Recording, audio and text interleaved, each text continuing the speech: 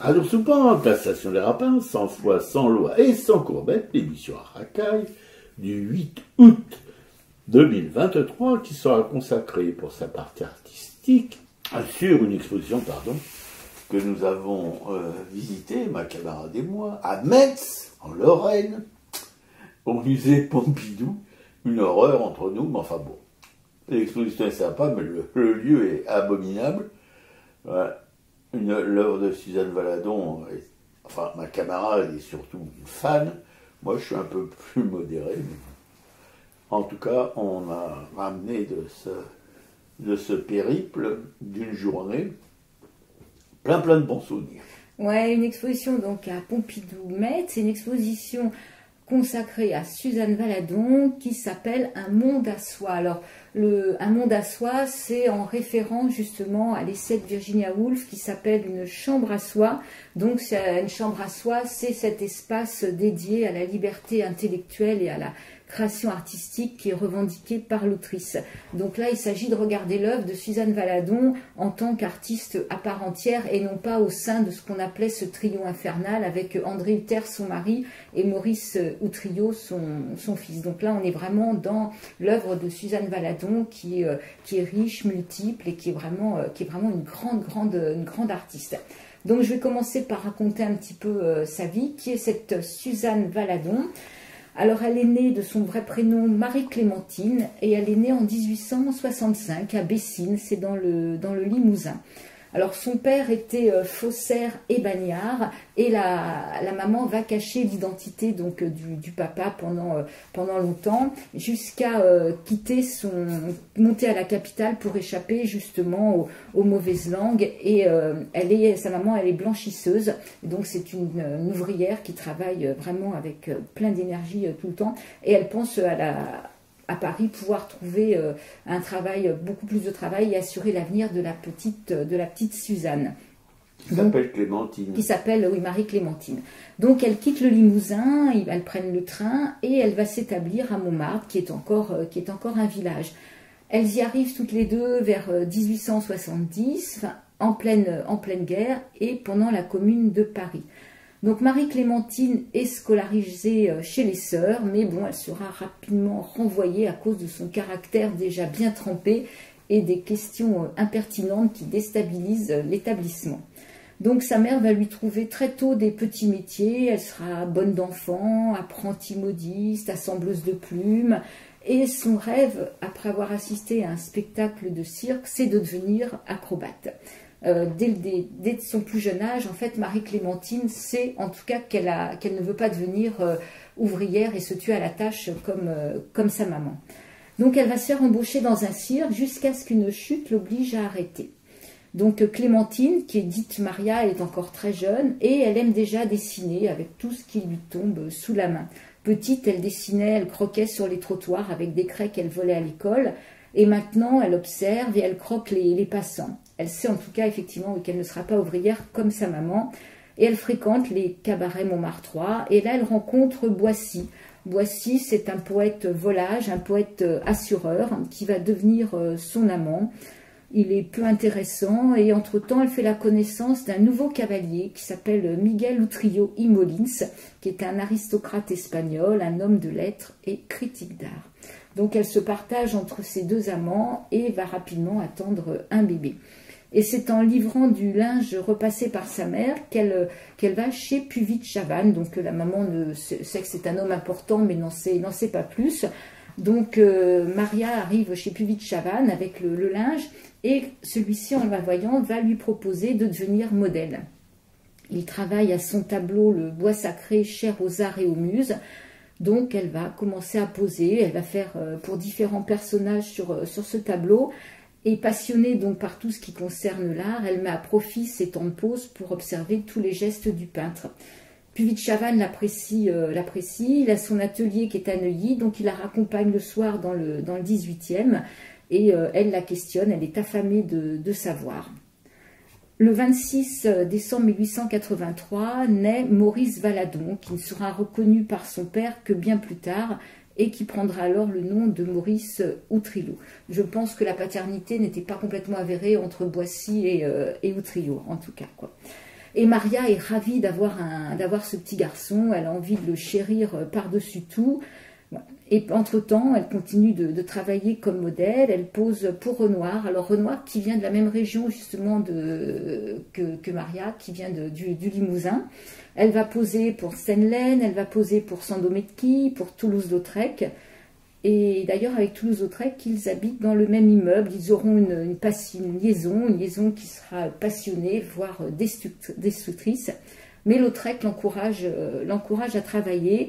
Et là, elle va devenir Suzanne Valadon, ainsi surnommée par Toulouse-Lautrec, parce qu'elle pose pour des peintres âgés, donc il fait référence au tableau de Suzanne et les vieillards.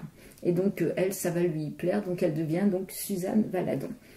Donc, elle continue de dessiner, son trait est affirmé à l'image de son caractère. Elle fréquente les cabarets Montmartrois en vogue, comme le Lapin à Gilles, le Moulin de la Galette, le Chat Noir. Elle rencontre Erik Satie, dont elle fait le portrait, et dont elle sera la seule relation intime. Je crois que leur rupture sera très difficile pour Erik Satie. Et ce sont Lautrec et Bartholomé qui vont lui proposer de montrer ses dessins à Degas. Et convaincu de son talent, ce dernier l'encourage à poursuivre et la soutient. Il va lui apprendre même la gravure dans son atelier, elle se sert de sa presse. Et c'est vraiment le passage important dans le basculement, je pense, de Suzanne Valadon en tant qu'artiste, c'est d'avoir été reconnue par Degas, qui n'était pas quelqu'un de facile, qui vieillissait, qui avait quand même un caractère assez affirmé, qui n'était pas forcément de bonne humeur. Enfin voilà, donc Degas vieillissant n'était pas quelqu'un d'agréable. Mais là, quand il voit les tableaux, les dessins de Suzanne, il reconnaissent cette fermeté du trait. Et pour lui, c'est important de l'encourager. Et d'ailleurs, je crois qu'elle n'aura même pas été modèle pour Degas, quoi. C'est vraiment leur relation est vraiment une relation de transmission de savoir. Et à 30 ans, elle se marie avec un banquier qui est riche et ambitieux. Il s'installe aux 12 rue Cortot à Montmartre. Donc 12 rue Cortot, c'est là où actuellement il y a toujours l'atelier de Suzanne Valadon qu'on peut visiter dans ce petit musée. Et là, ils vont en même temps louer un pavillon à Montmagny et ils vivent tous ensemble. Suzanne n'abandonne pas du tout sa maman, qui s'appelle Madeleine, qui va vivre avec eux jusqu'à la fin de ses jours. Donc il y a Madeleine, la mère de Suzanne, qui vieillit, qui se fatigue de plus en plus parce qu'elle ne sait pas, elle travaille vraiment sans arrêt, elle travaille le jour, presque la nuit, quand il y a du linge en plus à préparer. Enfin, et elle s'occupe énormément du fils de Suzanne Valadon, elle s'occupe énormément de Maurice. Donc ils vivent tous ensemble, donc Maurice et Paul Moussis, son mari. Maurice, lui, quand même, souffre de solitude, il boit de plus en plus, il quitte le collège, il a plusieurs emplois successifs, jusqu'à ce que son beau-père lui trouve un poste au Crédit Lyonnais. Voilà. Suzanne, elle continue de peindre et son talent s'affirme. Bon, le couple va se séparer quelques années après et Suzanne rencontre donc André Hutter, qui est un ami de son fils. Il a 20 ans de moins qu'elle et c'est également un peintre. Elle fait un séjour en Bretagne à l'île d'Ouessant, elle ramène de beaux paysages. Et Outrillo, lui, par contre, a des problèmes d'alcoolisme, de comportement, donc il va être interné à Sainte-Anne, il va être interné à Sannois, il fait déjà de la peinture, et quand il va par exemple à Sannois, il va débarquer avec sa boîte de peinture et son chevalet, et plusieurs amateurs, dont Octave Mirbeau, s'intéressent à son travail. En 1911 se déroule la première exposition individuelle de Suzanne Valadon chez Clovis Sacco. Elle participe l'année suivante à une exposition du groupe de Munich. Elle épouse André Hutter qui va partir à la guerre. Et sa grande composition, Le lancement de filet, va être exposée au Salon des Indépendants en 1915. Sa mère décède et Suzanne, elle continue de travailler. Elle peint de nombreuses toiles, elle fait des portraits, elle fait des nus, des natures mortes, des représentations réalistes de la vie montmartroise. Donc on parlera après de la façon dont elle... De son trait, comment elle travaille, comment on peut dire qu'elle peint comme un homme, mais ça on va revenir là-dessus sur cette affirmation de son trait.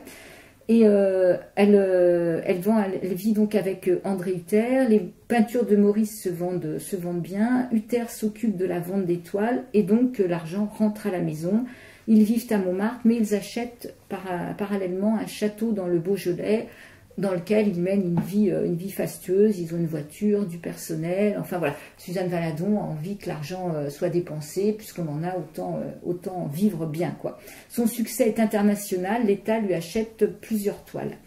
À la fin de sa vie, donc après elle se sépare d'André Uther, et à la fin de sa vie, elle va partager une relation avec le peintre Gazi le Tatar, et elle mourra d'une congestion cérébrale le 7 avril 1938. Son fils Maurice lui sera pris d'une crise nerveuse quand il verra le corps de sa mère, donc il ne pourra assister aux obsèques, et elle est enterrée au cimetière parisien de Montmartre. Donc voilà, c'est une vie riche, une vie vraiment d'artiste, quoi. Voilà, donc en fait, il y a trois biographies qui sont sorties sur Suzanne Valadon, qui m'ont un petit peu inspiré ce texte. Il y a une biographie qui est écrite par Jeanne Champion. Alors, ce sont des biographies romancées. Donc, c'est Suzanne Valadon par Jeanne Champion. La première fois qu'on avait découvert Suzanne Valadon, c'était par le livre de Michel Pénamor, Les escaliers de la butte. Il y a 2 tomes qui racontent aussi toute sa vie. Et il y a un 3e livre que j'ai pas eu l'occasion de lire. C'est Suzanne Valadon. Et c'est Thérèse Diamant-Rosinski. Voilà, ce 3e livre, ce 3e ouvrage, j'ai pas eu l'occasion de le lire. Celui de Jeanne Champion, j'ai pu l'emprunter en bibliothèque. Apparemment, il n'était plus en vente à la librairie du musée, donc probablement qu'il est plus réédité. Hein. Donc ça, ce sont comme des livres qui sont sortis dans les années 2000-2005.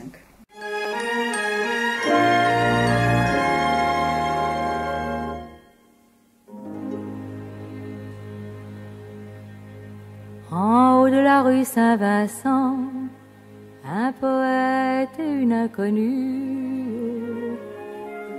s'aimèrent l'espace d'un instant, mais il ne l'a jamais revue. Cette chanson il composa, espérant que son inconnue, un matin de printemps, l'entendra quelque part au coin d'une rue.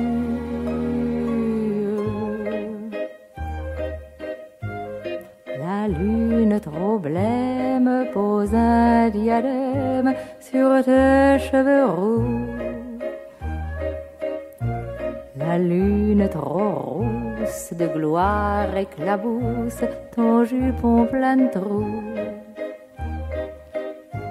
La lune trop pâle caresse l'opale de tes yeux blasés. Princesse de la rue, sois la bienvenue dans mon cœur blessé.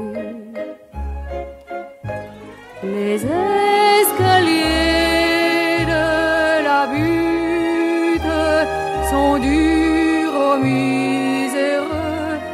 Les ailes des moulins protègent les amoureux. Petite mendigote, je sens ta menotte qui cherche ma main. Je sens ta poitrine et ta taille fine, j'oublie mon chagrin. Je sens sur ta lèvre une odeur de fièvre, de gosse mal nourri. Et sous ta caresse, je sens une ivresse qui m'anéantit. Les escaliers de la butte sont durs aux miséreux. Les ailes des moulins protègent les amoureux. Mais voilà qu'il flotte, la lune se trotte, la princesse aussi. Sous le ciel sans lune, je pleure à la brune, mon rêve évanoui.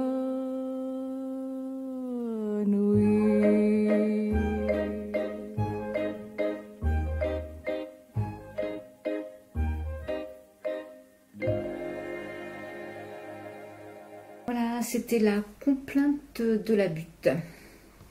Donc on va continuer donc à parler de Suzanne Valadon. Donc comme j'ai emprunté ce livre de Jeanne Champion, je vais lire deux, trois petites choses que j'ai relevées qui me paraissaient intéressantes. Donc elle fait des entêtes des fois de chapitres où elle raconte donc il y a les années avec la bio de Suzanne Valadon, mais il y a aussi des petits encarts, donc des paroles qui ont été dites par Suzanne, comme que de poses de tête j'ai faites pour Renoir, soit à l'atelier de la rue Saint-Georges, soit à celui de la rue d'Orchamps.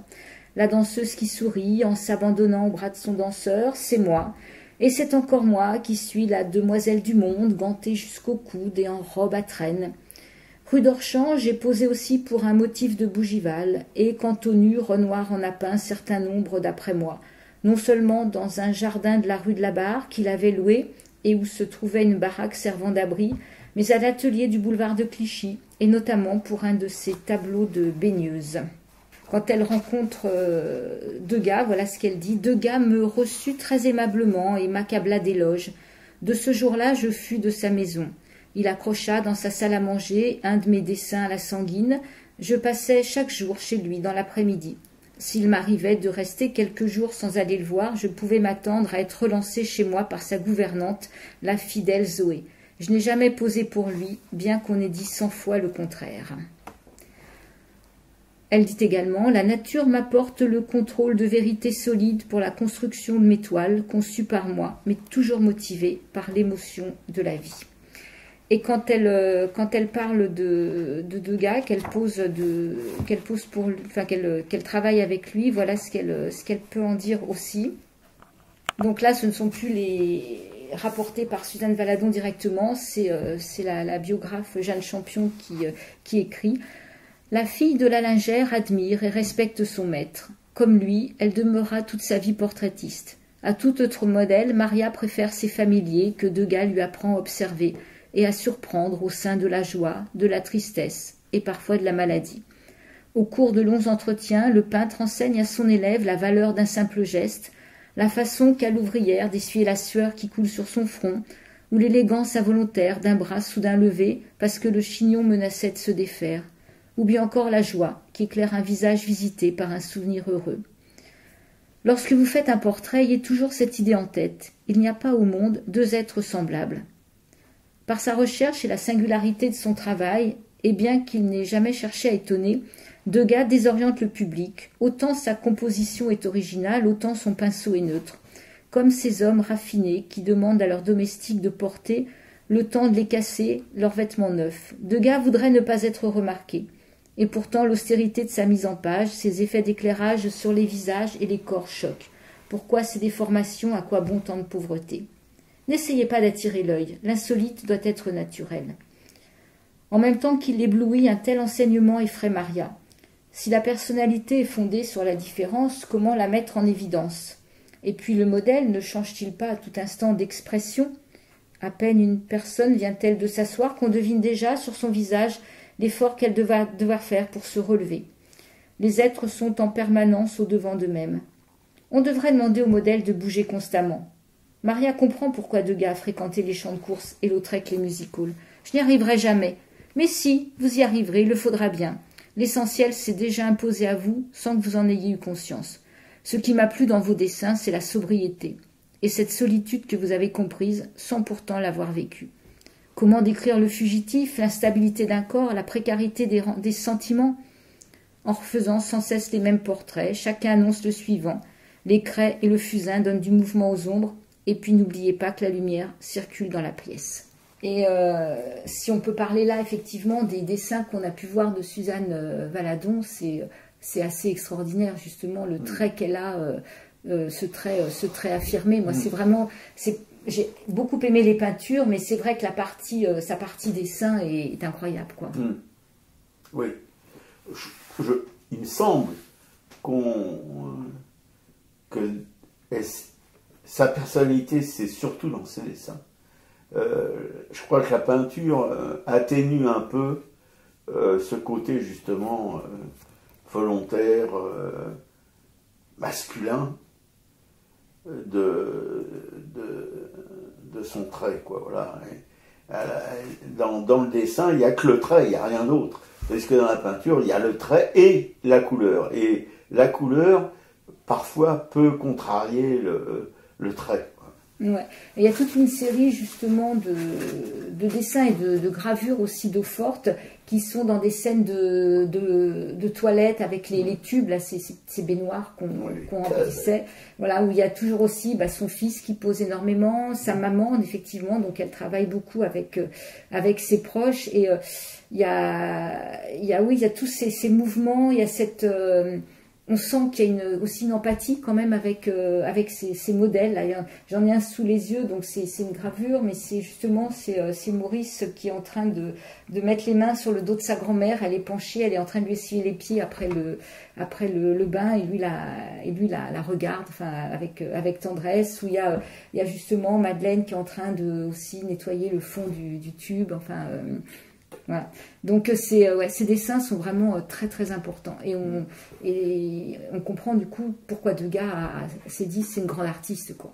Oui, et en même temps on sent aussi à travers ses dessins l'amour pour son fils, qui semble tout fragile, tout gracile, tout voilà. C'est pas vraiment le petit garçon costaud vivant, c'est plutôt oui, la fragilité de l'enfant qu'elle montre, enfin. Et donc, en même temps, je pense, l'amour de la mère pour cet enfant, déjà, je crois, déjà fragile. Oui, complètement. Et puis cette grand-mère qu'on voit, qui a les traits qui vont être fatigués de plus en plus, qui s'en occupe. Et ce qu'on peut dire aussi, c'est que quand elle posait pour Puvis-de-Chavannes, donc elle a énormément pris des peintres chez lesquels elle a posé, donc elle était observatrice. Donc après, quand on va voir son travail de peinture, on voit que tout ce qui est un peu irisation de couleur, du pastel, ça c'est vraiment une influence qui vient de chez Renoir, alors que le travail du corps et du dessin viendrait plutôt de chez Puvis-de-Chavannes. Tout à fait. Oui. Et il y a cette façon, cette touche de peinture qui donne cette irisation, qui est pas seulement propre à elle, mais il y a il y a quelques peintres de sa génération qui travaillaient cette technique. Je me souviens qu'on avait vu une exposition, c'est à Creil ou je ne sais plus où, un peintre qu'on aimait beaucoup, là, c'est pas un impressionniste, mais un post-impressionniste, qui justement travaillait avec cette touche, ces petits traits, etc., ces dégradés, voilà, comme le fait Suzanne Valadon dans beaucoup de ses œuvres peintes. Et j'adore cette technique. Ouais. Non, vraiment une très très grande artiste, quoi. Oui, moi je dirais une grande.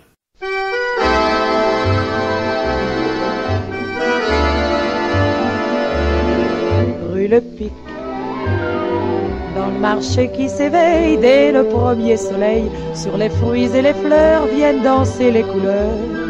Rue Le Pic, les voitures de 4 saisons offrent toutes à foison tomates rouges, raisins verts, melons d'or et primes verts au public. Et les cris des marchands s'entremêlent en un chant, et le murmure des commères fait comme le bruit de la mer. Rue Le Pic, et ça grouille et ça vit dans cette vieille rue de Paris, et ça chante et ça pleure et ça bat comme un cœur. Rue Le Pic,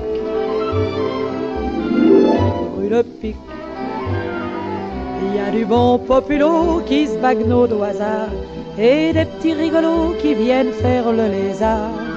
Rue Le Pic, et les Jules qui ne font rien ou qui n'en font pas trop se reposent dès le matin aux terrasses des bistrots. Et là-bas, 2 amants sans façon se promènent tout contents, aux marchands de 4 saisons ils achètent du printemps. Rue Le Pic, sous les yeux amusés des badauds qui se trouvent là, ils échangent des baisers dans un bouquet de lilas. Rue Le Pic, rue Le Pic, il y a des cabots et des gosses à poulbeau, et un flic tout vermeil qui se prélasse au soleil. Mais surtout, Il y a une belle fille aussi belle que l'été, elle marche en espadrille et rit en liberté. Rue Le Pic.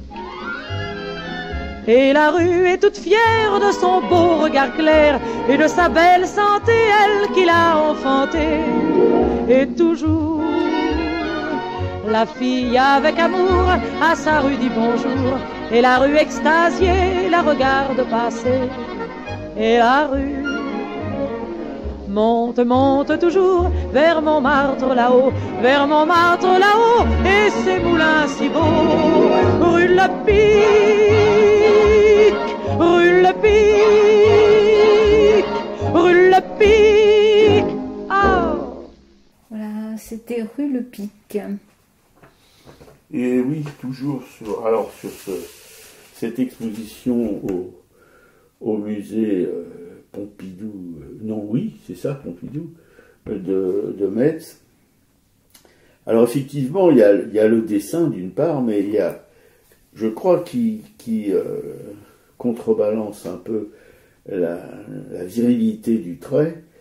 Il y a une délicatesse dans la touche de peinture, dans les couleurs, dans ces choses-là, qui est vraiment assez exceptionnelle et qui adoucit un peu cette masculinité du trait. Et aussi, une chose assez extraordinaire, de mon point de vue, bien que je ne sois pas aussi passionné que ma camarade pour cet artiste, il y a une chose que j'ai remarquée qui m'a beaucoup impressionné, c'est la manière le traitement de tapisserie, de couverture, etc., avec des motifs floraux, etc., des couleurs, surtout des compositions de couleurs extraordinaires qui accompagnent certains nus. Voilà. Ah ouais, c'est impressionnant. Elle travaille autant effectivement tout le décor et les tapisseries que le modèle, quoi. Oui, oui. Et il y en a une particulièrement où la tapisserie, il y a au fond, enfin dans cette tapisserie, il y a un bleu outre-mer, mais extraordinaire. Je ne sais pas si ça existe encore des bleus outre-mer comme ça. Voilà. C'est vraiment la marque de Valadon. Bon, il y a le trait, évidemment, on ne peut pas y passer, on ne peut pas passer à côté.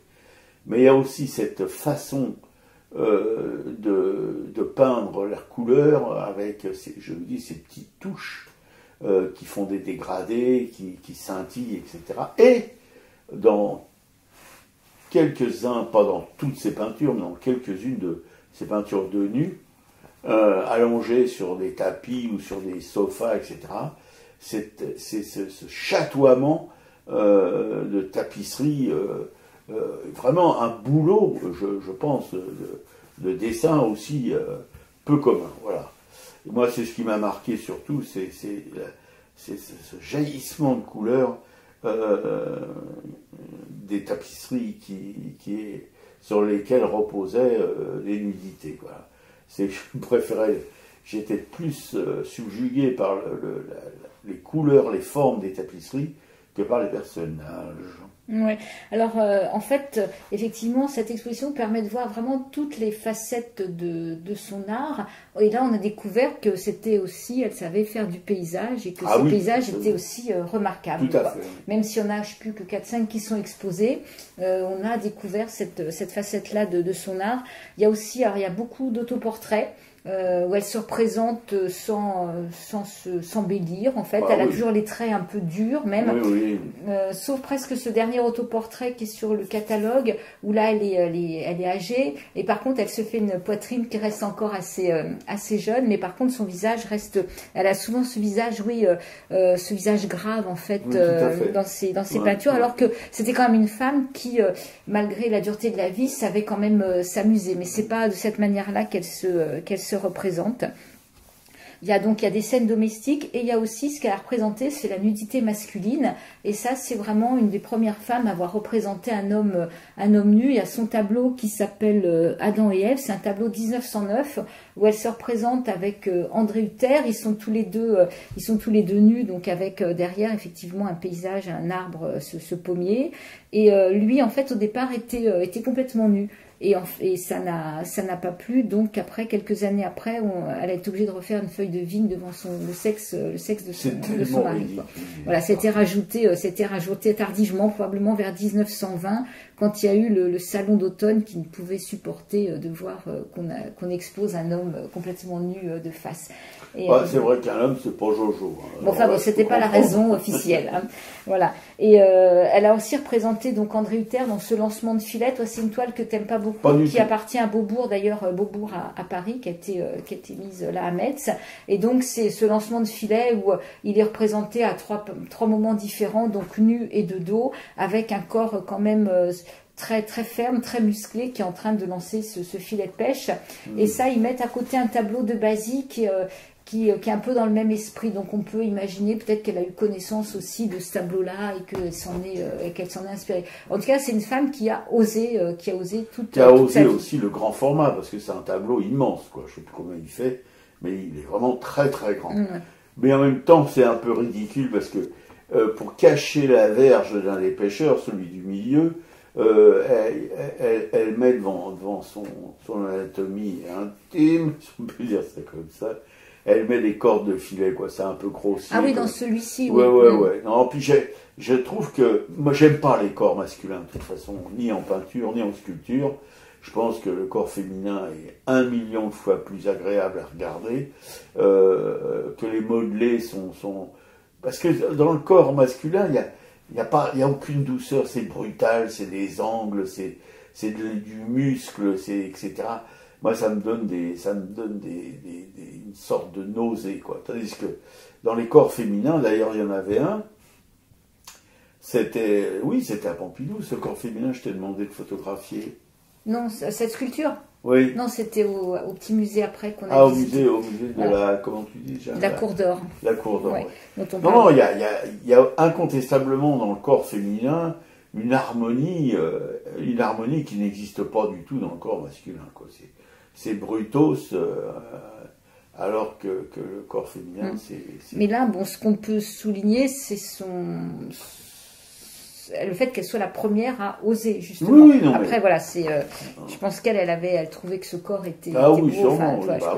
Et aussi, elle a fait ce qu'on n'avait pas vu non plus, c'est des natures mortes. Il y a tout un panneau de fleurs qu'on ne connaissait pas du tout, cet aspect-là de son travail. Non, mais elle a touché un peu à tous les sujets dans sa peinture.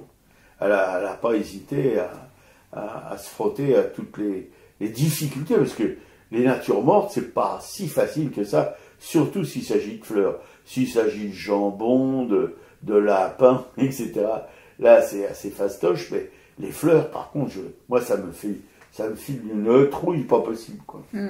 Donc c'est quand même une exposition qui mérite le déplacement. Pour aller à Metz, c'est facile, on prend le train, 1h30 de train depuis Gare de l'Est. Le centre Pompidou-Metz, c'est à 2 minutes à pied de la gare. Par contre, effectivement, on a été un peu étonné par la froideur des lieux. C'est très blanc, ça manque de vie, ça manque d'âme, quoi. Ah oui, complètement. Et alors, l'extérieur, l'architecture, je vais vous dire. Alors, ça pourrait peut-être passer, mais ils ont foutu un espèce de cube, comment tu avais ça, un climatiseur géant qui sort de la façade. Alors, tout est en courbe, etc. Il y a un travail de charpente magnifique. Là, je veux dire, c'est vraiment... Alors, on a eu l'histoire quand on a visité cet autre musée des Beaux-Arts, bon, nous, c'est pas le musée des Beaux-Arts, mais cet autre musée de Metz, qui nous on a rencontré deux gardiens. Deux médiateurs. Oui.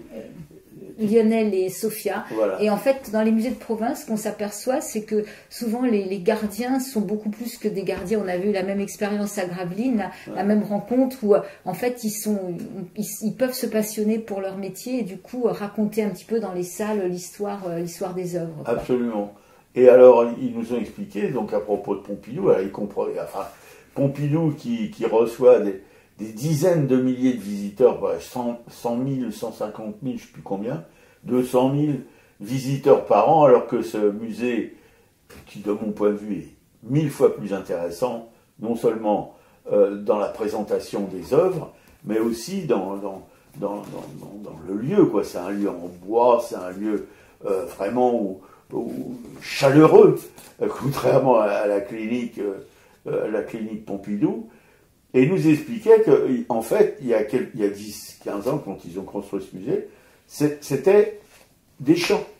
Voilà. Oui, ils ont construit un quartier tout neuf, mais qui est nul à chier, comme tous les quartiers neufs que les architectes d'aujourd'hui, pour lesquels les architectes d'aujourd'hui délirent, quoi. Voilà, c'est des grands buildings, des cubes ou des parallélépipèdes en béton en fait, et en verre.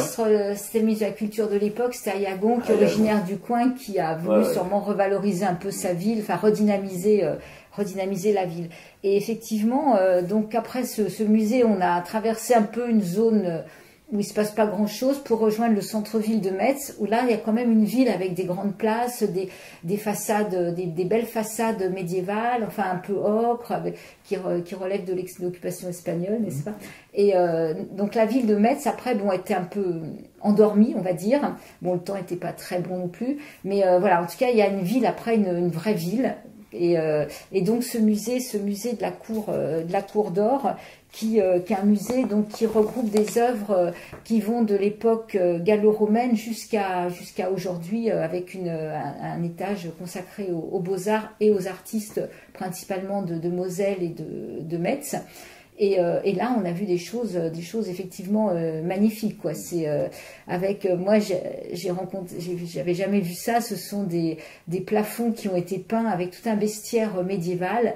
Et là, je suis restée en admiration devant ces morceaux de plafond qu'on pouvait admirer, enfin, ou ces poutres avec dessinées ainsi, quoi. Oui, dessinées. Enfin, en couleur, peint en couleur. Il y avait tout un plafond avec des poutres. C'était des poutres qui enfin, au XIIe, XIIIe siècle, Xe siècle, XIe siècle, enfin, dans ces eaux-là, voilà, les poutres étaient surtout dans les châteaux, dans les demeures royales, seigneuriales plutôt, étaient décorées avec des fleurs, avec des animaux fantastiques, etc., etc., avec aussi les drapeaux, les écussons, enfin, des seigneurs du coin. Non, c'est quelque chose de vraiment. Moi, j'en ai vu, j'en avais déjà vu dans le sud, dans un château dans le sud déjà des poutres de cette peintes comme ça. Mais là, c'est vraiment un festival. Ils ont retrouvé et remis en valeur des plafonds en bois, avec tout un bestiaire fantastique médiéval. C'est quelque chose de très étonnant. Ouais, d'ailleurs, il y avait un livre à la fin dans la librairie qu'on n'a pas acheté, maintenant on regrette un petit peu, parce qu'il y avait vraiment l'ensemble des plafonds. Bah ouais. Et je crois qu'ils n'ont même pas exposé tous les plafonds qui sont dans leur réserve. Oui. Ouais. Et sinon, comme ça couvre toutes ces époques-là, il y a aussi énormément de bas-reliefs, de sculptures, de pierres sculptées. Et c'est vraiment un musée très... Et nous, on a beaucoup aimé aussi dans cette vitrine où il y avait les poutres dessinées. Il y a une petite collection de sifflets en terre qui représentent une Amazone, qui représente un poisson ou des petits animaux qui sont absolument adorables, quoi. Tout à fait. Non, comme le relevait... un médiateur, comme les appelle ma camarade, le médiateur Lionel, il était un petit peu quand même, triste. Ouais, c'est peut-être le mot qu'il faut mettre sur son attitude, parce que il y a ce musée magnifique dans l'ancien Metz, et il y a ce truc de Pompidou là, pour lesquels la commune de Metz verse des choses de l'ordre de 10 millions d'euros par an pour l'entretien, pour etc., je ne sais pas quoi, pour la publicité, etc. Et pour ce musée de la ville de Metz, enfin, qui je répète, qui est quelque chose d'assez étonnant, pas de publicité, il n'y a rien qui indique le musée, pratiquement, etc. Et ils ont combien? Je crois moins de 100 000 visiteurs par an. Oui, beaucoup moins. Beaucoup moins. Alors il était quand même un petit peu amer de voir que la différence de traitement entre les deux lieux muséals, quoi. Et moi, on peut comprendre, parce que il y a cet engouement enfin Pompidou, il y a cet engouement pour le conceptuel, je suis sûr, parce que c'est un musée qui doit surtout proposer des artistes contemporains. Là, ils ont dû faire le conservateur du faire un croche-pied pour exposer Valadon, quoi. Je pense pas que ça soit leur truc. En même temps, ce qui est drôle, c'est que Valadon, finalement, c'est même Pompidou Paris qui a le plus d'œuvres de Valadon, alors qu'effectivement, ça devrait être au musée d'Orsay. Et c'est Pompidou qui est riche Pompidou, il n'a pas d'œuvres du 19e. Donc, et c'est vrai que nous, comme on avait toute une journée, on a pris un train à 8h15, donc 10h moins le quart, on arrive pour l'ouverture du Pompidou. Après, on repartait vers 5h, et là, on a vraiment tout le temps d'aller déjeuner en ville et de faire ce musée de la cour d'or. Donc c'est vraiment une très belle journée. Je pense que les gens qui ne vont pas au deuxième musée, en fait, peut-être arrivent par car, et donc repartent après directement ailleurs dans un tour. Alors que nous avons fait 10 km dans Metz, quand même. Parce qu'avec mes camarades, il n'est pas question. Là-bas, il n'y a pas de transport. Ah si, il y avait des petites navettes gratuites, etc. Mais non, c'est les bêtes d'af, quoi. Il est sur la terre africaine, un bataillon dans les soldats. Voilà, c'était nous. Ouais, mais en tout cas, voilà, c'est une belle journée, en fait, artistique. Et on vous conseille, l'exposition Valadon est jusqu'au 11 septembre. Après, elle ne sera pas proposée à Paris. Elle va partir à Nantes et à Barcelone. Donc, si vous êtes dans la région parisienne, c'est une très bonne journée d'aller visiter cette exposition et de passer après au musée de la Cour d'Or. Et alors, si vous voulez vous restaurer, il y a une place, c'est la place Saint-Louis, avec ses bâtiments extraordinaires. Là. Et là, alors, il n'y avait personne ce jour où on y est allé, parce qu'il pleuvait, parce que ceci, parce que... Mais on a vu des terrasses géantes, je n'en ai jamais vu les comme ça. Ils peuvent accueillir des centaines de gens pour se restaurer. Là, il n'y avait personne, mais bon, voilà, c'est impressionnant. Et je pense que la cuisine, là, il y a la quiche Lorraine. Et voilà. Non, mais il y a certainement qu'il doit y avoir de la bonne cuisine, parce que pour avoir Mais je pense aussi que l'Allemagne, qui est à 40 km de Metz, il doit y avoir des touristes allemands en surtourisme. C'est possible.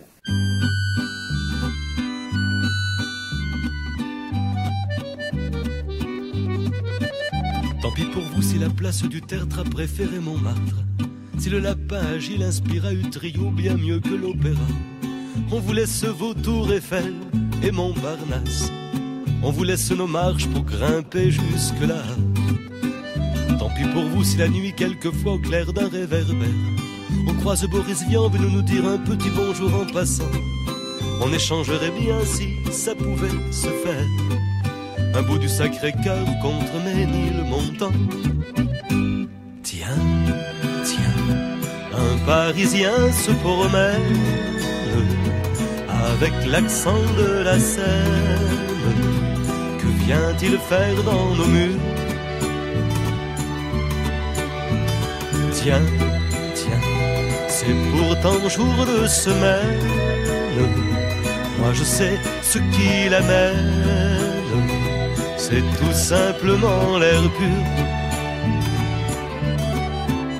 Tant pis pour vous si les gamins chez vous ne courent plus dans les rues, si malgré les années la dame du café vous reste une inconnue, si vos fleurs au balcon ou plutôt aux fenêtres ne tiennent plus le coup que de 3 jours peut-être. Tant pis pour vous si au milieu des peintres et des joueurs de cartes les amoureux du monde se sont donné le mot pour s'embrasser ici. Et si l'on dit partout que Paris c'est Montmartre, nous on dit que Montmartre n'est pas vraiment Paris. Tiens, un Parisien se promène avec l'accent de la Seine. Que vient-il faire dans nos murs? Tiens, c'est pourtant jour de semaine. Moi je sais ce qui l'amène, c'est tout simplement l'air pur. Tant pis pour vous si la place du Tertre a préféré Montmartre, si le lapin agile inspira Utrio bien mieux que l'opéra. On vous laisse vos tours Eiffel et Montparnasse. On vous laisse nos marches pour grimper jusque-là. Tant pis pour vous si la nuit quelquefois au clair d'un réverbère on croise Boris Vian venu nous dire un petit bonjour en passant. Mais tout bien réfléchi à faire ou pas à faire, car dans le Sacré-Cœur et vous Ménilmontant, mais tout bien réfléchi à faire ou pas à faire, car dans le Sacré-Cœur et vous Ménilmontant. Voilà, c'était Montmartre, Georges Chelon. Donc pour les expositions, donc Suzanne Valadon à Pompidou-Metz jusqu'au 11 septembre et ce petit musée de la Cour d'Or dans le centre de Metz. Sarah Bernard au Petit Palais jusqu'au 27 août. Nicolas Eichmann à Gravelines jusqu'au 12 novembre. Edgar Degas en noir et blanc à la BNF Richelieu jusqu'au 3 septembre. Surréalisme au féminin au musée de Montmartre jusqu'au 10 septembre, l'occasion de visiter donc aussi l'atelier de Suzanne Valadon. Ah ouais, magnifique. L'atelier puis le petit appartement. Exactement, ouais. Ce que la Palestine apporte au monde à l'Institut du monde arabe. Là, je crois que ça dure 6 mois, donc il y en a encore pour un petit moment. À la Fondation Custodia, Jacobus Vrel jusqu'au 17 septembre. Alors, Jacobus Vrel, c'est un précurseur de Vermeer. Donc, je pense que c'est une très belle expo, sachant que la Fondation Custodia a toujours de très belles œuvres. Et voilà. Au musée Marmottan, graver la lumière, l'estampe en 100 chefs-d'œuvre. Donc c'est pareil, c'est toujours un bonheur de voir de la gravure, surtout que c'est sur une période assez longue. Je crois que ça commence vers le 15e, 16e jusqu'à nos jours. Donc c'est une exposition qui mérite le détour. Le culturel de la semaine. Alors moi j'ai assisté à un film en plein air au début de l'été à la place de la République à Montreuil. C'est Youssef Salem a du succès. C'est un film drôle qui m'a vraiment plu sur l'histoire d'un écrivain qui va utiliser sa famille comme prétexte à un livre, sauf que la famille ne le sait pas, mais va quand même se reconnaître, et donc il y a tout un tas de quiproquos, d'embrouilles, enfin, mais c'est vraiment très bien mené, c'est un super moment de cinéma. On a vu aussi au Méliès Les Filles d'Olpha. Oui. Donc Les Filles d'Olpha, c'est pareil, c'est un très beau film, sérieux, qui part d'une histoire vraie. Donc Olpha a 4 filles, 2 aînées qui sont parties faire le djihad en Libye, et 2...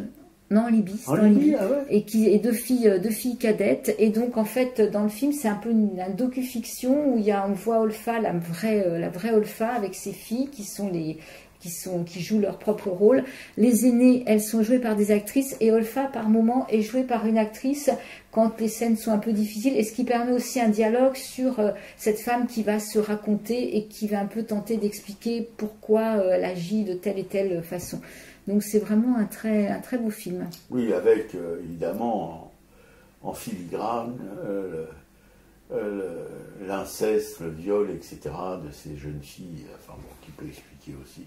Voilà. Pourquoi il y en a 2 qui sont partis faire le djihad. Ils sont partis, ouais. Comment on vit effectivement. Cette maman, elle est toute seule pour élever ces 4 filles. Mais il y a aussi quand même, il y a quelque chose de puissant dans ces filles qui se racontent, là, les 2 cadettes qui racontent comment elles ont pu en fait s'en sortir, et qui attendent quand même que les aînés qui sont encore en prison actuellement en Libye soient peut-être extradés vers la Tunisie, quoi. Surtout la petite fille de 8 ans. Voilà, il y a une petite fille qui est élevée en prison effectivement depuis sa naissance, quoi. Voilà. J'ai lu Nous sommes l'étincelle de Vincent Villeminot. C'est un roman qui a eu le prix de l'écologie. Enfin, voilà, ça se lit facilement. Ça part des années 2020 jusqu'aux années 2060, et c'est une histoire qui est complètement d'actualité. Comment des jeunes rêvent de se révolter, de quitter les villes pour aller construire un ailleurs dans la forêt. Comment tout ça peut évoluer. Quels sont les individus qui malgré tout vont rester nuisibles, c'est-à-dire qui vont devenir des braconniers, qui vont essayer de se servir des gens. Comment ces jeunes qui sont partis peuvent avoir aussi un projet qui échoue, mais c'est très bien raconté. Il y a beaucoup d'émotions, donc voilà, c'est un parfait bouquin, un livre parfait à lire en ce moment, quoi, qui m'a quand même fait un petit peu pleurer à la fin. Alors c'est un bon signe. Voilà, c'est un bon signe parce que c'est l'auteur, en fait, c'est presque aussi une déclaration d'amour aussi quand même à sa femme, à ses enfants, à ce qu'on peut espérer dans l'avenir, quoi. Qu'est-ce qu'on peut transmettre aussi à nos enfants, quelle force on a dans comment construire cet avenir qui pour eux quand même peut être compliqué, peut poser des questions, quoi. Et j'ai lu En cabané de Gabrielle Filtoshiba, c'est cette autrice canadienne dont j'avais déjà parlé. En cabané, c'est son premier livre. Je trouve qu'il est bon, voilà, il est court, j'ai préféré nettement les deux suivants, Sauvagine et Bivouac, qui reprennent en fait cette première personne qui est mise, qui se raconte dans ce livre où elle a vraiment quitté sa vie pour aller vivre dans une cabane dans le Kamouraska. Et après, les deux autres volumes sont aussi de la fiction, et où on est aussi dans ce futur dans la forêt, comment préserver ces forêts. Et elle-même, l'auteur a pris ses droits d'auteur pour acheter des parts de forêt, quoi, et les préserver. Et tout de suite, salut à nos Gamache, Claude et André de la Nation. Claude et William, nos potes de Brest, on a reçu des nouvelles, on est contents. Ouais, on était contents d'avoir de leurs nouvelles.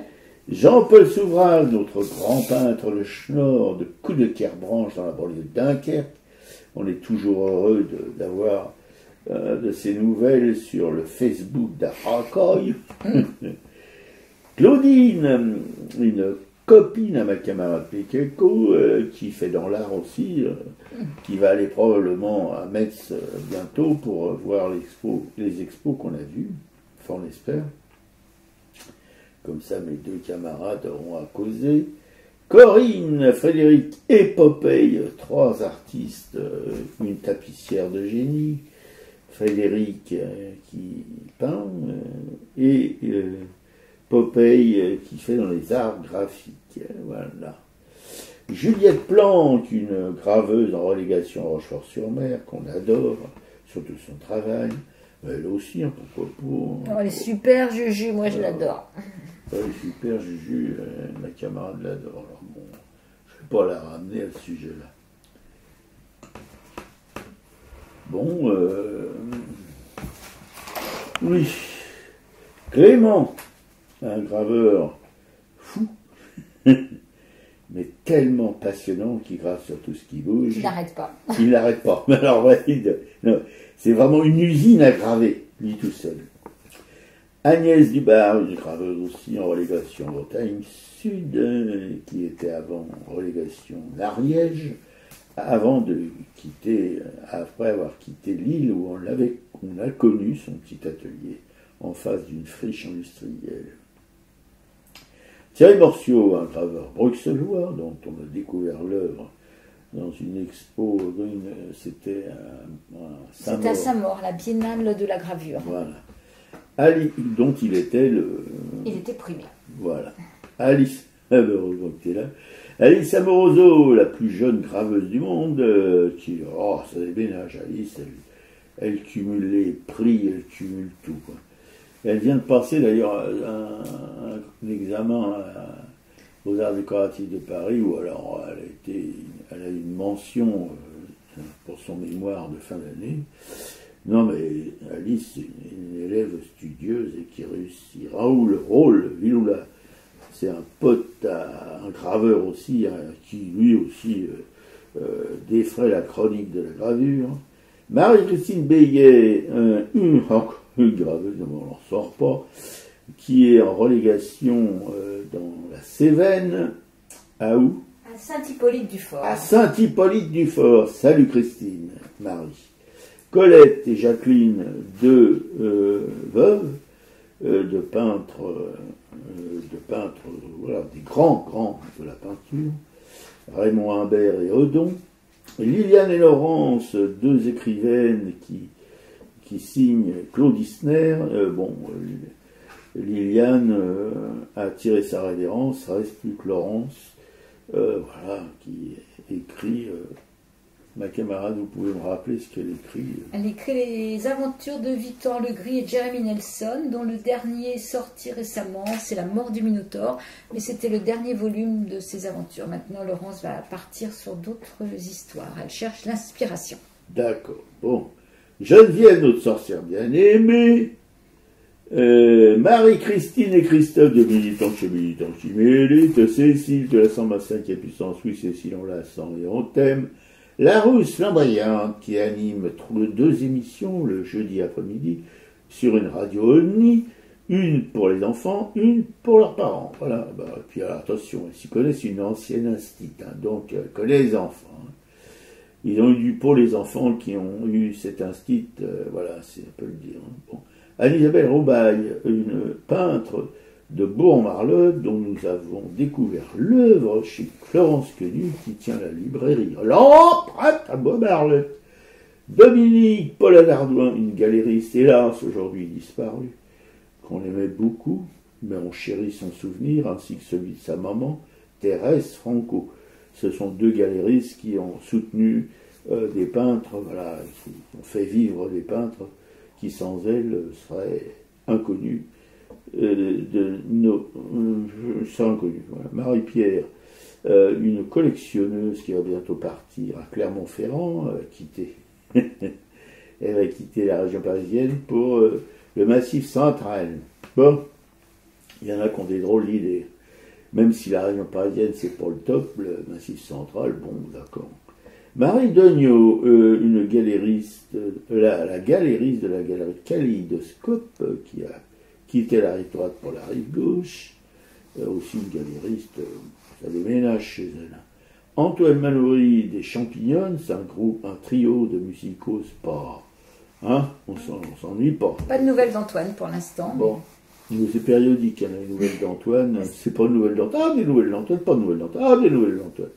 Anna Sinowacka, une peintre polonaise, à qui on la fait pas, hein, c'est une peintre solide, talent, hein, voilà, et en même temps c'est une autodidacte, ce qui n'est pas triste. Hein. Et mon pote Jacques du Chemin, voilà, lui aussi c'est un numéro, Loulet, un peintre, un jeune peintre que nous avons découvert place des Vosges, à la galerie comment ? À la galerie Estade. Voilà. Pas de nouvelles non plus de Thierry Loulet pour l'instant. Bon, écoute, c'est les vacances. Et tous ceux qui n'y sont pas. Du monde, du monde. Ah oui, il y a aussi Manu de Gravelines. Et on pourra y ajouter... Lionel de Metz. Lionel et... Sophia de Metz. Voilà. Ah, ben ça grandit, hein, tout ça. Vous, cette émission est à l'écoute sur notre blog arakai.fr. Et on se finit avec Faut vivre de Mélismel. Ouais, salut à tous.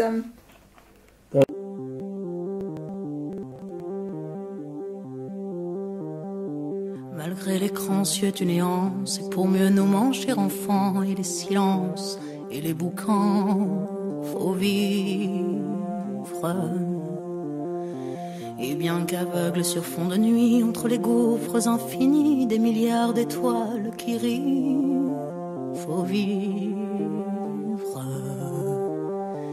Malgré qu'on soit pas toujours beau, et que l'on ait plus ses 16 ans, et sur l'espoir, un chèque en blanc, faut vivre. Malgré le cœur qui perd le nord, au vent d'amour qui souffle encore et qui parfois encore nous grise, faut vivre. Malgré qu'on n'ait pas de génie, n'est pas Rimbaud qui veut Pardi et qu'on se cherche un alibi. Malgré tous nos morts sans coquette qui errent dans les rues de nos têtes, faut vivre. Malgré qu'on soit brave et salaud, qu'on ait des complexes à gogo et qu'on les aime, c'est ça le pire, faut vivre. Malgré l'idéal jeune temps qui s'est usé au nerf du temps et par d'autres pris en chantant, faut vivre. Malgré qu'en se tournant vers le passé, on est effrayé de s'avouer qu'on a tout de même un peu changé, faut vivre. Malgré que l'on soit de passage, qu'on vive en fou, qu'on vive en sage, tout finira dans un naufrage. Faut vivre, malgré qu'au ciel de nos poitrines, en nos sentinelles endormies, dans un bruit d'usine gémit, le cœur aveugle qui funambule sur le fil du présent qui fuit. Faut vivre, malgré qu'en nous un enfant mort si peu parfois remue encore comme un vieux rêve qui agonise. Faut vivre, malgré qu'on soit dans l'engrenage des notaires et des héritages où le cœur s'écœure et s'enlise. Faut vivre, malgré qu'on fasse de l'humour noir sur l'amour qui nous en fera boire jusqu'à ce qu'ils nous disent au revoir. Faut vivre, malgré qu'à tous les horizons, comme un point d'interrogation, la mort nous regarde d'un œil ivre. Faut vivre, malgré tous nos serments d'amour, tous nos mensonges jour après jour, et bien que l'on n'ait qu'une vie, une seule pour l'éternité, malgré qu'on la sache rater. Faut vivre,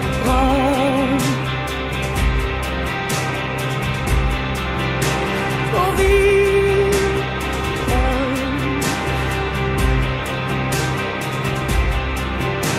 faut vivre, faut vivre.